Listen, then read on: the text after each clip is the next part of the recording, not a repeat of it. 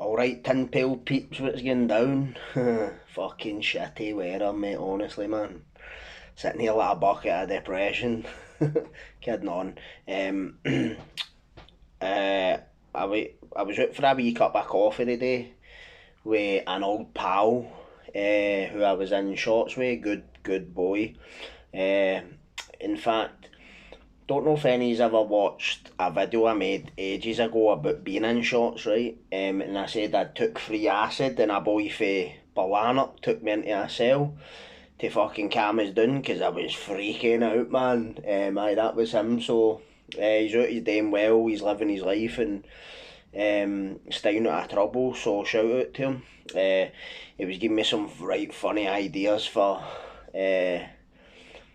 developing my podcast and all that. I'll not really go into it, know what I mean? But I was in stitches, man, and it actually sounded quite, I don't know, like quite imaginative.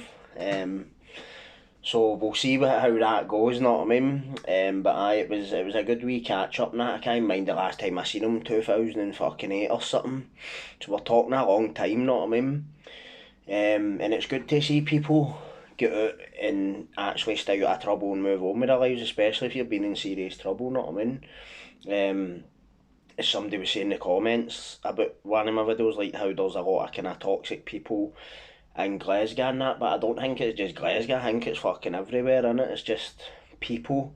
It's no the place, it's the people in it, do you know what I mean? So you're always got to have that. Some days just have a lot of self-reflection and all that, and it's at the end of the day, I'm no fucking perfect either, but I know I'm not a toxic cunt, know what I mean? Like, if somebody's toxic in your life, you just need to cut them out, know what I mean? Like, no taking responsibility, gaslighting you, I never done anything, and then you're trying to point out what they done wrong, but they're turning it right back round onto you, like, know what I mean? We all know people like that, and they're just no fucking good for your mental health vampires. They are, not what I'm talking about. Suck your fucking sanity right out of you, man. Uh, but like, I had a few people arguing about me, man, like fucking not some family members and all, and you just get them to fuck, man. Know what I mean? See if you're not willing to correct your mistakes, try and learn from it, try and move on, try and be a better cunt. Then what's the point? Know what I mean? You're just setting yourself up for a big fall, especially when they keep repeating the same patterns. Patterns don't lie, they don't. Um, so what was I going to say? So obviously when I'm sitting thinking about kind of what subjects to come on and talk about, I actually wanted to do this video a wee while back. In fact, I think I was researching it a couple of weeks ago, and it's about, obviously most of you have heard of Peter Tobin, who was a very notorious case, probably one of the most notorious cases Scotland has ever known in our generation, longer. Obviously, he was convicted of 3 murders, and it was actually his final murder that got him, unmasked him. He already had convictions for a young age. So he was born in the mid 40s in, was it like Johnston? It was Johnston. I was going to say Paisley. I always get kind of mixed up with all the places, but they're all kind of close enough, aren't they? Or thereabouts. So he was born there in the mid 40s. So we're talking kind of at the tail end of the Second World War. Not what I mean, and it must have been fucking obviously it would have been a lot different back then, same ways it's different back when I was just born compared to now, know what I mean? A lot of changes, progression, all that shit. But apparently he was in trouble for a very young age, like crimes of dishonesty, burglary,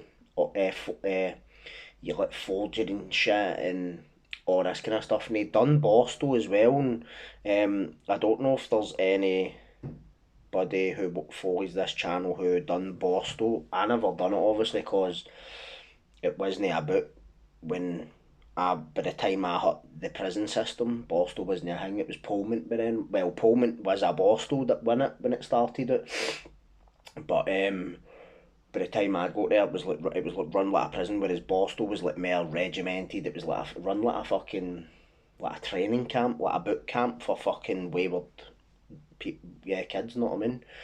But I can't. Obviously, nobody knows when Peter Tobin first killed, right?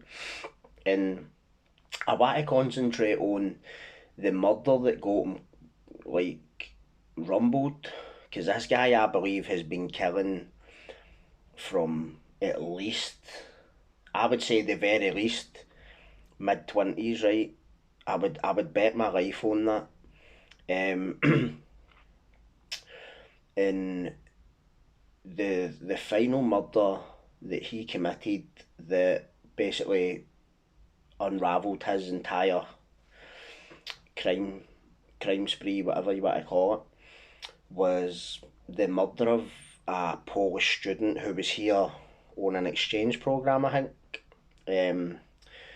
And she was so a Polish student, Angelika Kluk, her name was. And I know I always say this, right, and maybe some of you get fucking sick of hearing me say this, but I always remember where I was when I heard about that case on the news. I was in a part of the old Shots prison called Care House, right, and it was like basically if you were waiting to go to the open prison, get home leaves, whatever, you had to be in this part of Shots to go. Like, and I think I'd explained before how like your doors are unlocked all night, guys up sitting playing poker in the fucking section all night, fucking mad with it, all that shit. But I remember because obviously I was doing my degree at the time, right? So obviously the fact she was a student and she'd went missing kinda got my attention. I remember feeling like fuck's sake, I hope that poor lassie turns up safe, know what I mean? Especially she's in a foreign country, so like that would just be a nightmare scenario, do you know what I mean? One of your loved ones are away in a foreign country and they've run into fucking utter scumbags like this. Know what I mean?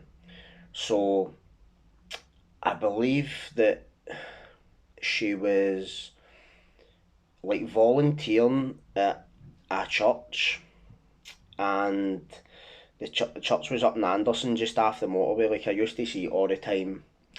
I think it's called St Patrick's Church, and I used to see it when when you're driving down the motorway going back to Kilmarnock on the fucking jail bus, or whatever. That's how I used to see it. I didn't even know that chapel existed before this happened. So this lassie had been volunteering there, and she had went missing while there, right? And she was reported missing by her boyfriend, and the police have obviously been taking statements off everybody. As you would do, missing person inquiry, who was the last to see her, and then work it for there, innit? And they've interviewed the church handyman, right? Who was this fucking crackpot. But he was using a dingy name, right? Pat McLaughlin, he was calling his fucking cell, right? And this is the thing with him. Multiple identities, right? And I want to get into all this in a minute about like the psychopathic nature of this guy in particular. Like, there's no bones about it. Do you know what I mean? You don't need a fucking degree to see what he is, know what I mean? And when the police have questioned him, he's been apparently just pure, aye, cool as fuck, right? Just calm and hung about the church after he's been questioned and all that. But then after about 3 days, he's just disappeared in like a puff of smoke. So the police have obviously searched the church, but then they've had to search it again, right? And they've noticed that there was like a depression on the flare. When I say depression, know how like if you've ever walked on flare boards and one of them maybe goes down a wee bit, like that, right? The floor's been disturbed. So they've obviously fucking they've cut a hole in the flare, and or there was like a trapdoor bit or something that was obviously concealed, and they've found this poor lassie under the flare, gagged, tied up, obviously the victim to a fucking horrendous murder, like at Disney Belle thinking about, which she must have went through. Um, she'd been she had been obviously it raped her, not I mean, and stabbed her like 16, 17 times in the chest and bludgeoned her as well with, I believe, a wooden table leg or something. So pretty frenzied, and like if you were ever to see like a shark eating like a seal or something, like that frenzy, man, like I could just see it, like what he must have been like. He's obviously got a bloodlust, like, do you know what I mean? Anybody who gets a sexual thrill out of this type of suffering is obviously a sexual sadist, right? But when he's disappeared and they found her, the police have been like, wait a minute, where's he? He's like fucking. He was hanging about this church for days after we questioned him, acting like nothing had happened. We need to talk to him again. So they've put out a fucking bulletin on the news, right? His photos come up, all that shit. But he's come up with the name Pat McLaughlin and all that. But somebody who knew him had phoned in and said how his name's actually Peter Tobin, which was quite, whoever that was, like fucking proud of you, innit? Like nobody wants somebody like this walking the street. It's not even like it's your duty to get somebody like that off the street, off the face of the earth, whatever it is. Like we're talking just an absolute maniac who would be a danger to anybody he came into contact with, would potentially be at risk of serious violence. Even me, like I'm not stupid enough to think somebody like him couldn't hurt me if I don't know what he's capable of. I could just turn my back on him and he could just fucking stab me right in the jugular, know what I mean? You just don't know. But anyway, when the witness has phoned in the incident, the inquiry team, whatever, and reported his real identity, that's been it, hasn't it? So they've typed his name into the UK National Database. Both things lit up like fucking Bonnie night, know what I mean? And they've seen that he was actually out on licence for drugging and assaulting, raping two like 13-year-old lassies. I think they were maybe 13, 12-year-old. He'd served 10 years of that sentence, so I think he went away in 94, got out in 2004, excuse me. And this happened in England, right? So he was under the English system. But when he was released for that sentence, he's made his way back up north, so he would have been off the radar. And that is what I find fascinating, but also very, very worrying about this type of guy, is the fact that he's like a chameleon. And when I say that, what I mean is like, he reminds me of like a hermit crab. See, like a hermit crab changes its shell. He's constantly got multiple. He's constantly using a fake name. He's constantly using different vehicles, moving from place to place quite frequently. So like a nomadic serial killer, right?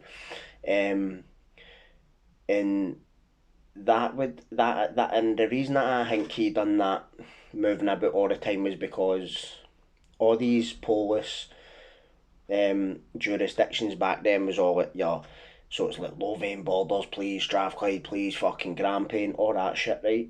And then down south you've got like fucking the Met, fucking Sussex, all that. So county lines, any crime reported in that county is staying in that county unless somebody has some sort of information that can link all these cases. Do you know what I'm talking about? So a very, very smart and crafty cunt, isn't he? Do you know what I mean? Very, very dangerous, man. So the police have eventually tracked this fucking scuzzbucket down to a hospital in London, right? So they've tracked him to a hospital in London. They reported chest pains. His name is fucking Jim Smith, whatever the fuck. But somebody recognised him for the telly away down London and all, know what I mean? Fuck. Where he probably thought the heat was off, but obviously they might have got a hold of him, and he's been brought back for the trial, right? Well, obviously they've arrested him for his like breaching his license, because he would have been out in license at the time, whatever it was, something to do with his license, which is basically just like a holding charge to just to get him off the street so they can build the case to prosecute him for murder. But the guy who investigated this case, the guy who was leading the inquiry was actually the guy who I'd spoke about the other night. His name's David Swindle, right? Quite high up in the police, like fucking 40-year long career, all that. And he was actually the guy who, when I'd been researching this case, he was on Lad Bible talking about how the worst murder he'd ever seen was that whirligig killer thing that I'd spoke about before. I think that was his first murder scene or something. I'm sure that's what he said. It might, or I don't know if it was his first one, but he said it was one. It was probably the worst he'd ever seen, right?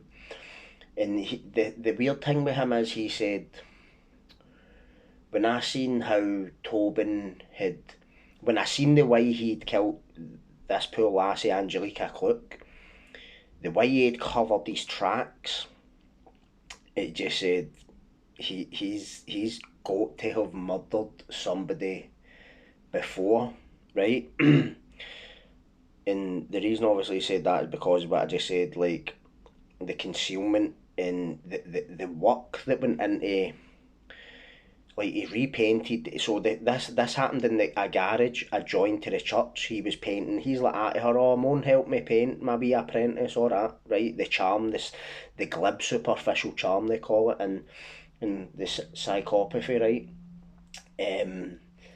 And she's been helping him paint. And what I believe has happened is he's bludgeoned her senseless.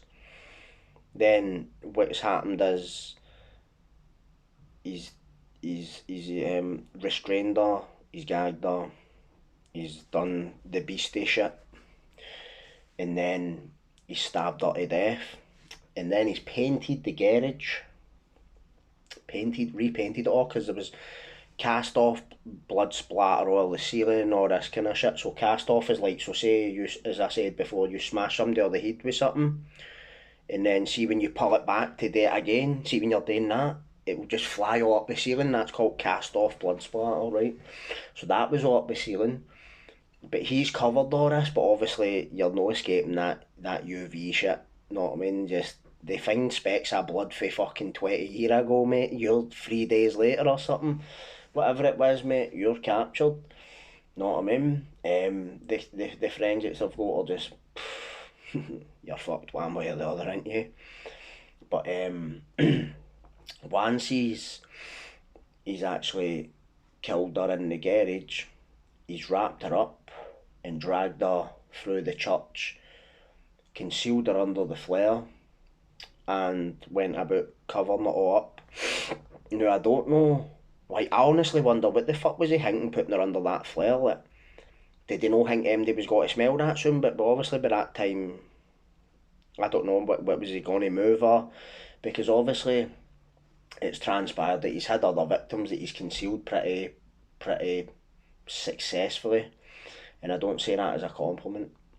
So that's the last thing I'd give a cunt like that. I know what I would give him, know what I mean, but let's not go there. So when this inquiry team's seen the kind of sophistication of this killing, they've said he's got to a kilt before, so they've started picking his whole life apart. And interestingly, he was looked at for one of the most kind of well-known, unsolved at the time disappearances of this wee lassie, 15-year-old wee lassie. Name was Vicky Hamilton. I think she was for Falkirk way, right? And I remember somebody talking to me about this in the jail, saying when they were in Pullman, they remember looking out and seeing like search parties out looking for her, and I remember hearing that and just thinking, that's so fucking sad, man. That some of these wee lassies went missing. This fucking rat bag is the only guy in the whole world who knows where she is, man. It just gives me the fucking heebie-jeebies, man. But she was visiting her sister, I believe, in, I think it was Livingston, and she's been travelling from Falkirk, so she had to get a connecting bus in Bathgate, where she's disappeared. And obviously this murder squad have actually found that he lived in Bathgate at the time this poor wee lassie's disappeared. So right away you're gonna be like, fucking hell, man, like he's the one, isn't he? Because what you see the pattern of concealment is, Angelica Cook was concealed under the floorboards. I know it's not enough, but these are all just wee pieces of the big jigsaw, aren't they? Concealing the body is obviously the MO, his MO in it. So they've the police have went into the house he used to stay in. No family staying there, obviously. Like, Pierre, we're searching your house, you need to move into a hotel for fucking 2 weeks, know what I mean?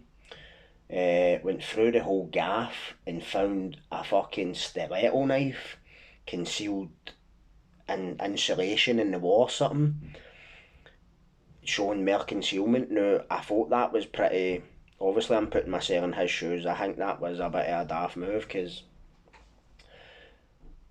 I would have thought somebody like him would have totally got rid of that. Like, just leaving it in the house where I assume this poor lassie was killed. I believe this is where she was killed. And this was like, what, I think it was February or March 1991, right?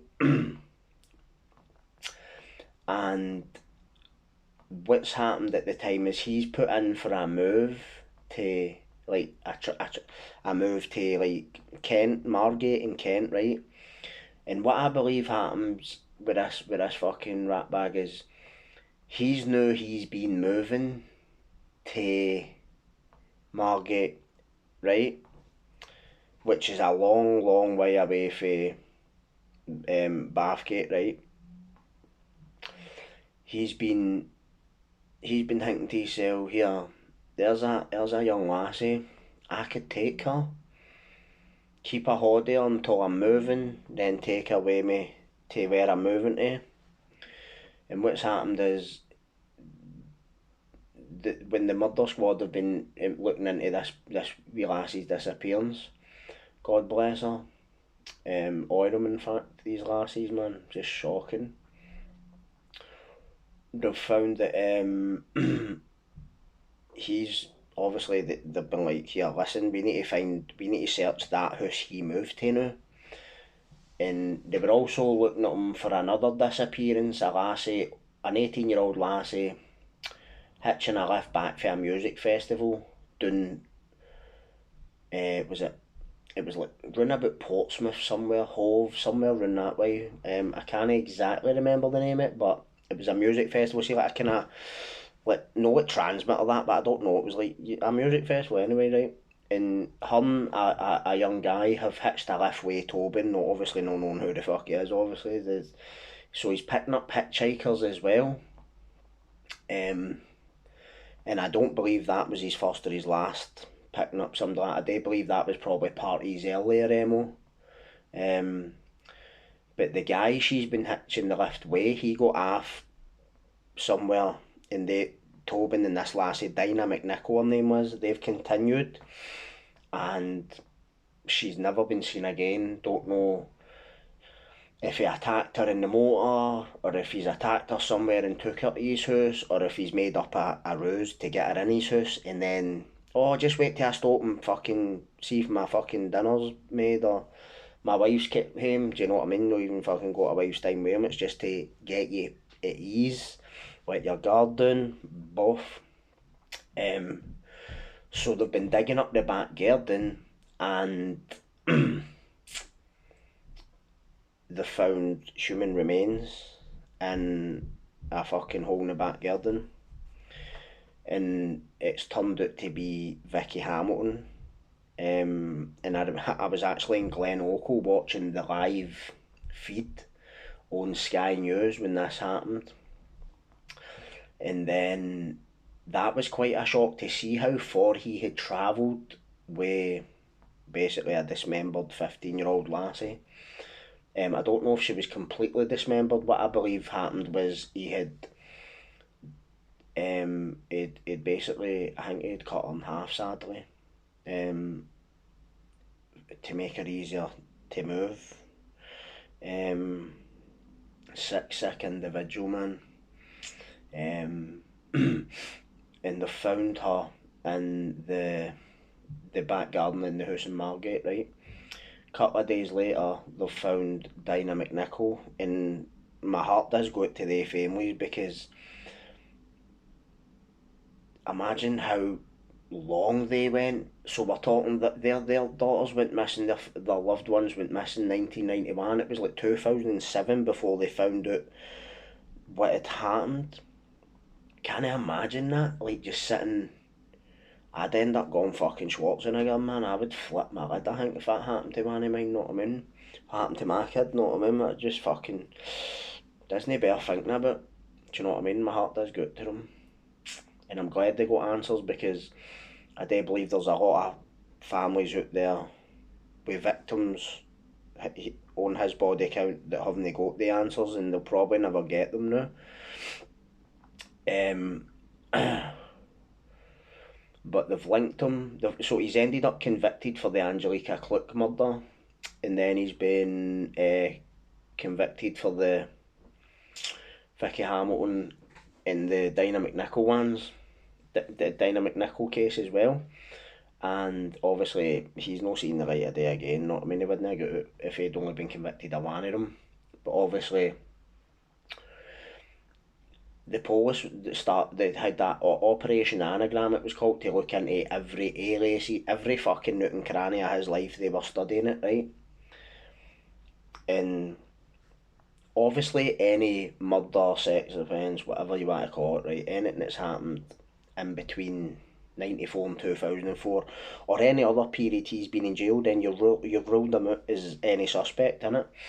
But one thing I've noticed is he likes to conceal victims, and interestingly,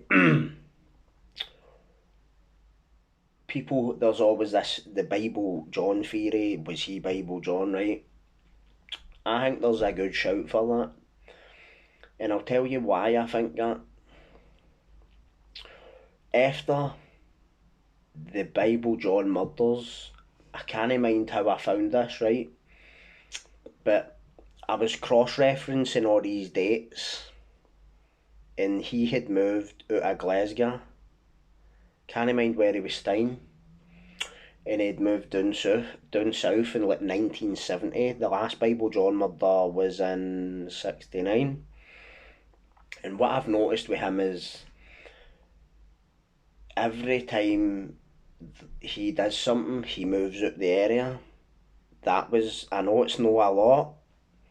There was a couple other wee daft things with witness statements, but there's also a couple of things that make me think that doesn't sound like him. But reciting scripture, where was Angelica Cluck found? In a chapel.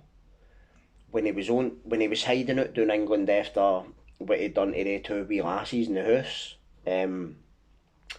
he was hiding out. I think it was fun hiding out in a convent, like a Christian missionary, you know. So this is somebody who, for all intents and purposes, is very, very, like, kind of, don't want to say comfortable in like religious institutions, like as if they make you uncomfortable.